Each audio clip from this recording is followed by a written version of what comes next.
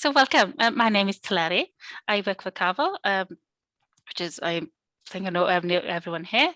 So CAVO is the Ceredigion Association of Voluntary Organisation. This fund covers South Ceredigion and northwest of Carmarthenshire. So I'm hoping my colleague Jan from CAVS will be able to join us. But I'll share the details of CAVO and CAVS in the chat later on. And we're all part of a network called Third Sector Support Wales. So at the end, I'll tell you more about that. You're welcome to ask questions in Welsh or English, and here comes. And as I was talking about it, here comes Jan from CAVS.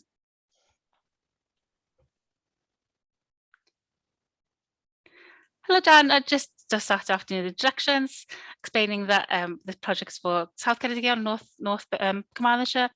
Session is recorded, so please don't swear. Don't say traditional.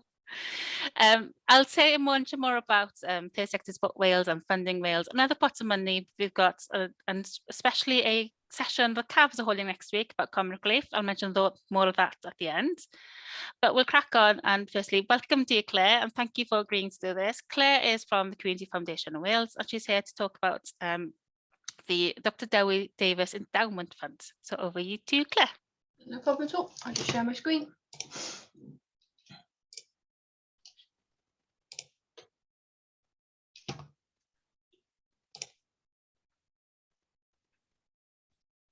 Can you all see that? Yes. Yeah. Right.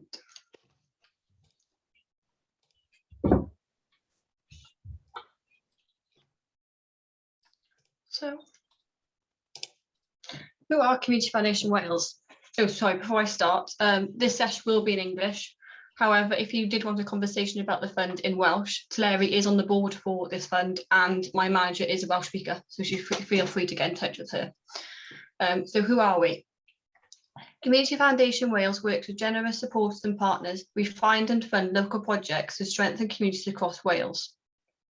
Established in 1999, Community Foundation Wales awards grants over 2.6 million each year to charities, community groups to 47 different funds. So the loud and clear report.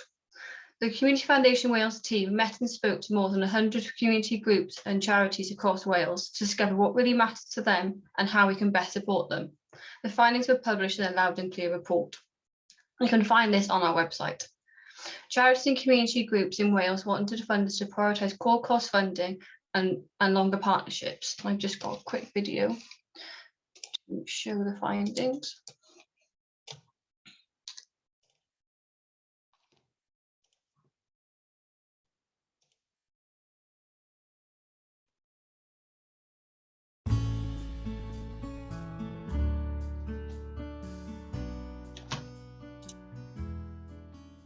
There are plenty of funders that can help us buy equipment and run projects, but our cupboards are bursting with toys and things to run activities. But we've no money to turn the lights on, pay insurance and even pay salaries. Finding core funding is our biggest challenge.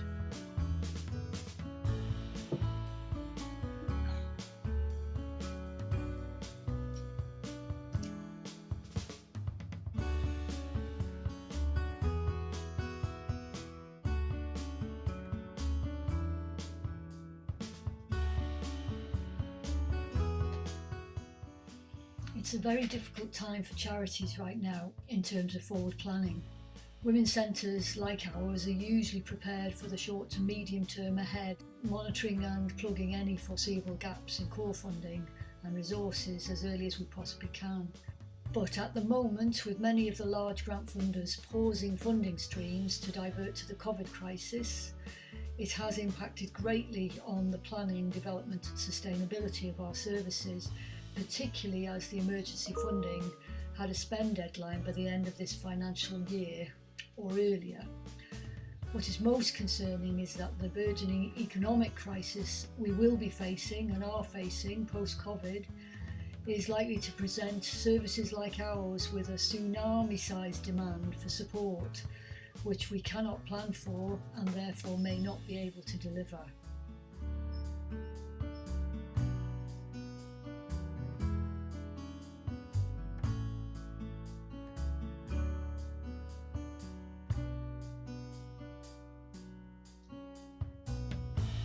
Thinking about the future and about the long-term resilience of the charity sector is more important than ever.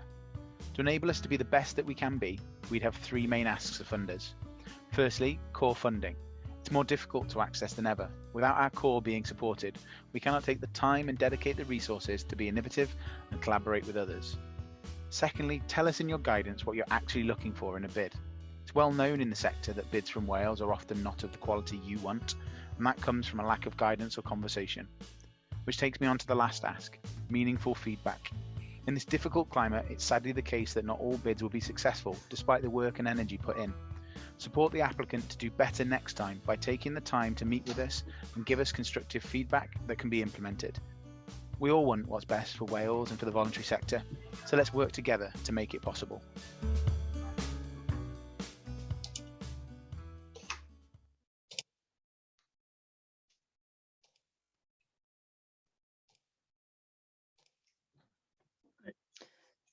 You listen to the findings in the Loud and Clear report to adapt the Dr. Davies Endowment Fund criteria.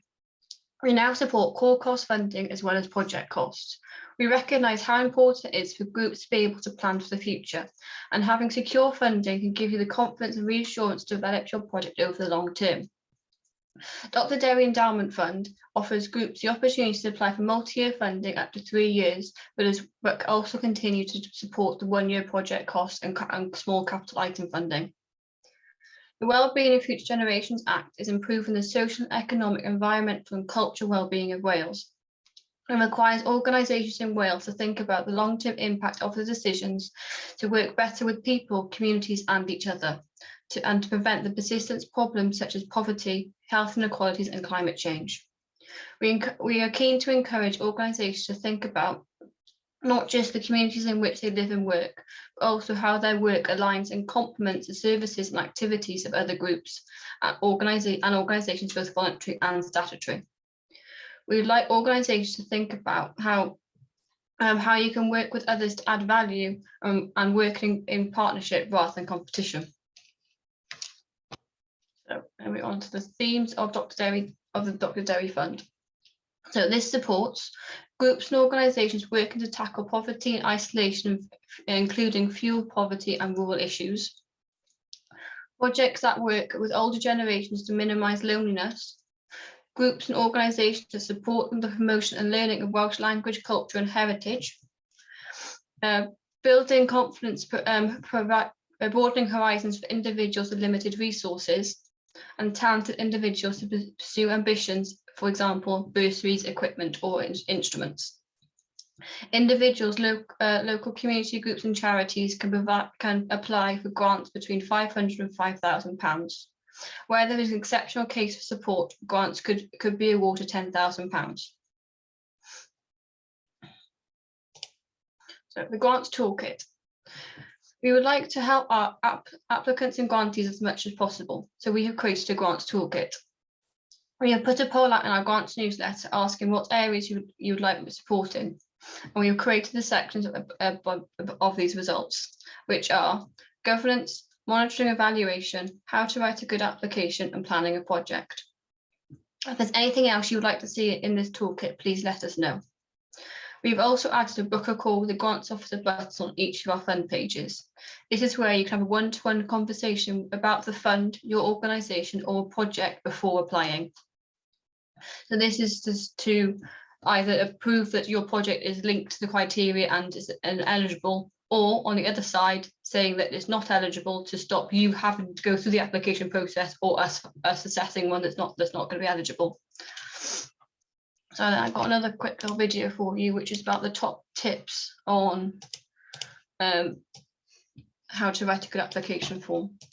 So this one is quite quiet, so you can find it on our website if you want to rewatch it.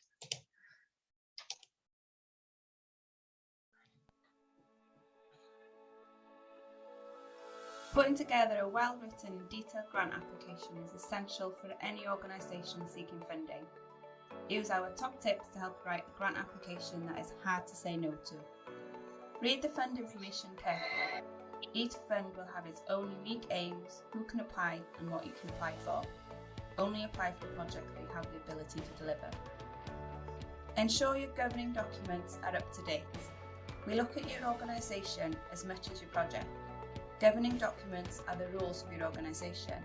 These include your latest set of accounts and your safeguarding policy. They should be regularly reviewed, not kept on the shelf and never looked at. Finances.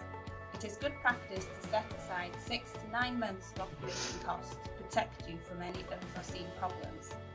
This will give us confidence that you can survive any problems your group may face. If you have high unrestricted reserves, this could suggest that a grant is not needed. You should explain if high reserves are the result of savings put aside for a specific purpose. Be honest about this figure, as this can be checked within your annual accounts. Show us you understand your local community. We want to see that you know it well and understand the issues it's facing. Try not to use generic statistics. Local information that relates to your area is more realistic, but ensure it applies to the people you work with. Don't exaggerate, but also don't underestimate the value you bring to the community. Write in simple and easy to understand language. Use clear English or Welsh, avoiding the use of jargon and acronyms. Make sure your figures add up. Provide a cost breakdown to help us see that the project has been planned and all costs have been taken into consideration. If you are applying for part funding, tell us the items you require from this fund, where the remainder will come from, and the expected outcome of that funding. Tell us how you shaped your project idea. Include how you involved your community and any relevant local information that shows the need. Be passionate. Tell us why you and your beneficiaries think your organisation is special. Explain how you will show that your project has been successful. For example, increased membership, feedback via questionnaires, video clips showing reflections by beneficiaries, and feedback from third parties. Please tell us clearly what you would like to spend the funding on. For example, employing a weekly fitness tutor over 12 months who will provide exercise sessions for members of the wheelchair battle team. Finally, ask someone to read over your application before you submit. If they can understand what you're proposing, then there's a good chance we will too. And then the last thing I want to do is just to quickly show you how to access the application form and criteria for Dr. Dewi. So this is our website. So if I go back on the homepage, if you click on the grant section,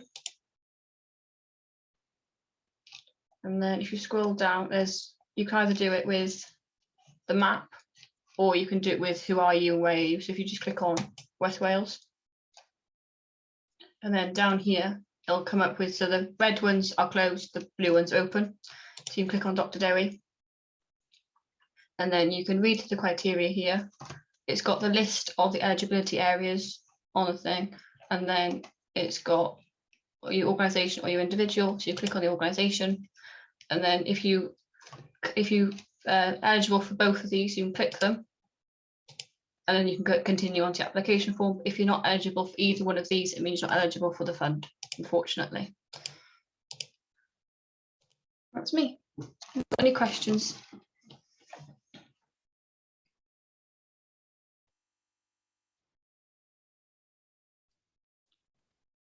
Yeah, can I ask a question? Yeah, of course you can. I wondered, is there a limit on the size of an organisation's income, or a minimum or maximum amount of income that an organisation needs to have? Not for this fund, no. There are for other funds we do, but not for this one. Okay. Anything else? I've popped into the chat the areas that the funds covers because it's very specific to South Ceredigion and northwest of Carmarthenshire. But if the project was involved, a bit of it was in South Ceredigion and the rest was in North Ceredigion, can they still apply, or does it have to be solely in the areas? So for that, we can fund the part that's in the eligibility area. So you got to get funding elsewhere for other things. So like we have in the past with Cavo, for example, we've funded the bit that's eligible, and Cavo was funding the other half of it.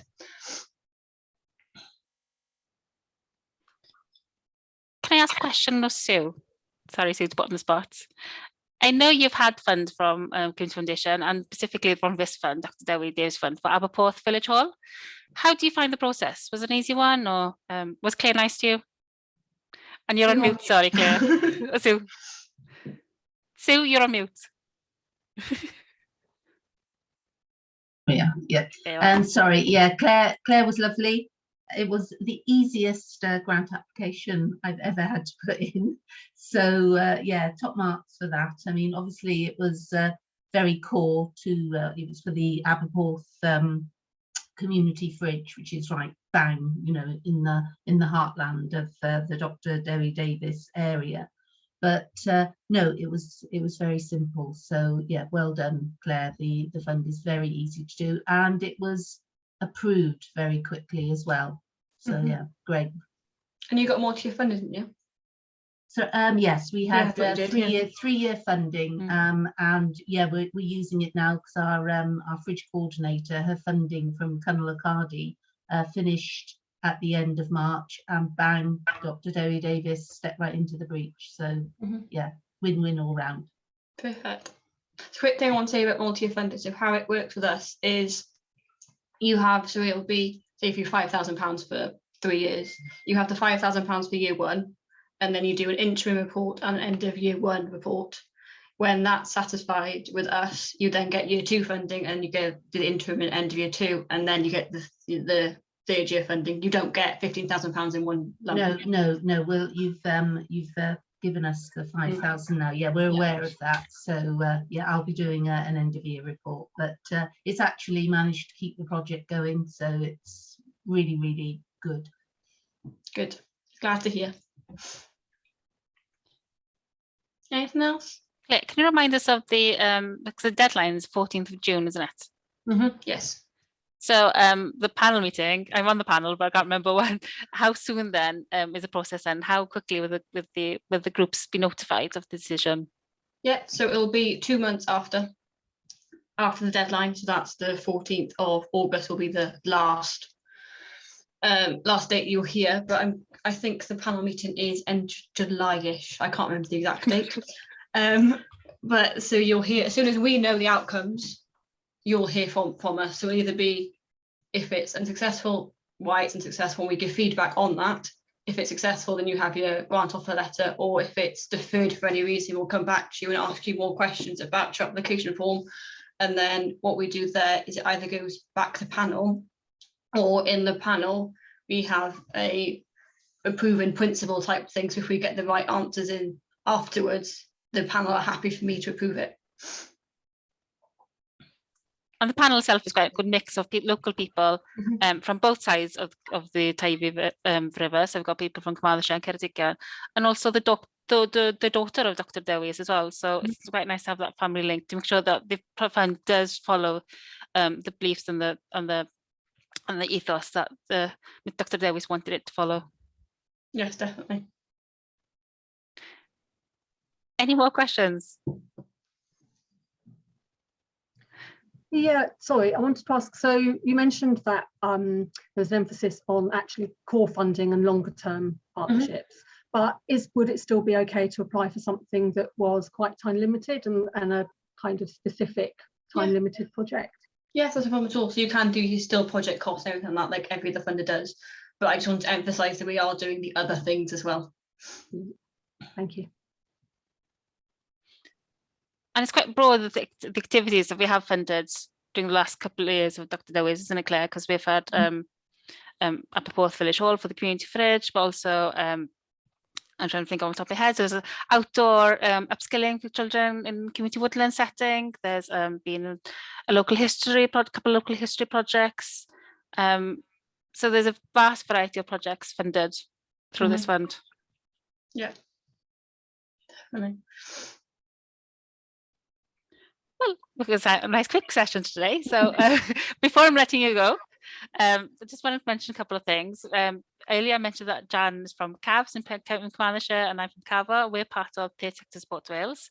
And as part of Third Sector Sport Wales, we've got a vast amount of resources available to third sector groups. For example, Funding Wales, which is an online database for funders, but also a knowledge hub has got courses and information sheets online. So I'll show those details in chat. But while I share it, I'm going to hand over to Jan. Jan, do you want to mention more about the CAVS information session, Meet the Funder session next week about comic relief? Yeah, sure. Sure, we've got a Comic Relief Fund question and answer session next Wednesday. I think that's the 18th of May at 12 o'clock.